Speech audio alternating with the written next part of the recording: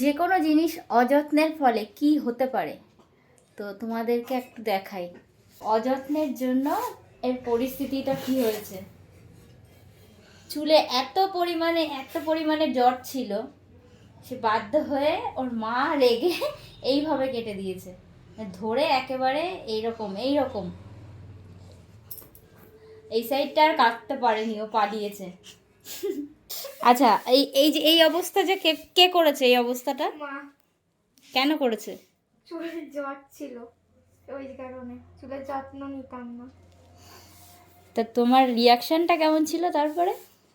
আমি তো পালিয়েছি, আমি হাসবো কি কানবো আমি বুঝতে পারছি না। এমনিতেও চুল ছোট করতে চেয়েছিলাম, কিন্তু অনেকটা ছোট করে দিচ্ছে এটা, আর এমনভাবে কেটেছে। দেখো এই যে একটা সাইডে ওর প্রথমের চুলটা যতটা ছিল, আর এই সাইডটা এই অবস্থা। এটাকে এখন কি করব বলো? কি করব আমি এটা? এটা দেখতে যেন ভালো হয়, তুমি কেটে দাও ওরকম ভাই। আমি কিছু বুঝতে পারছি না কি করবো। তাহলে ভয়েস কাটিং করে দেবো? করে দাও। চলো দেখা যাক কতটা কি করা যায়, কি করতে পারি।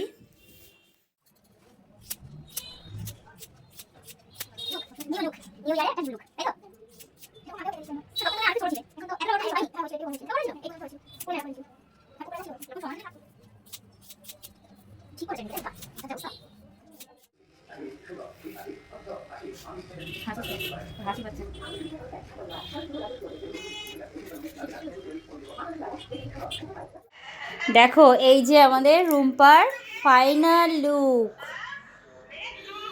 এই যে কেমন লাগছে রুম্পা? ভালো লাগছে। এটাই তুমি চেয়েছিলে তাই না? এই জন্যই তুমি অযত্ন করতে। তো আজকে আজকে এই যে দেখো রুম্পার মায়ের সঙ্গেও একটু কথা হয়ে যাক। কি ব্যাপার, কি করেছো এসব?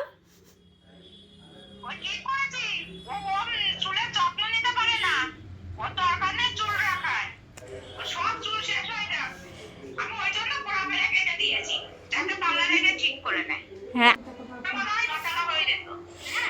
তা ঠিক আছে, যা হয়েছে যেটা হয় ভালোর জন্যই হয়, যেটা হয় ভালোর জন্যই হয়। তো এখন কেমন লাগছে সেটা বলো।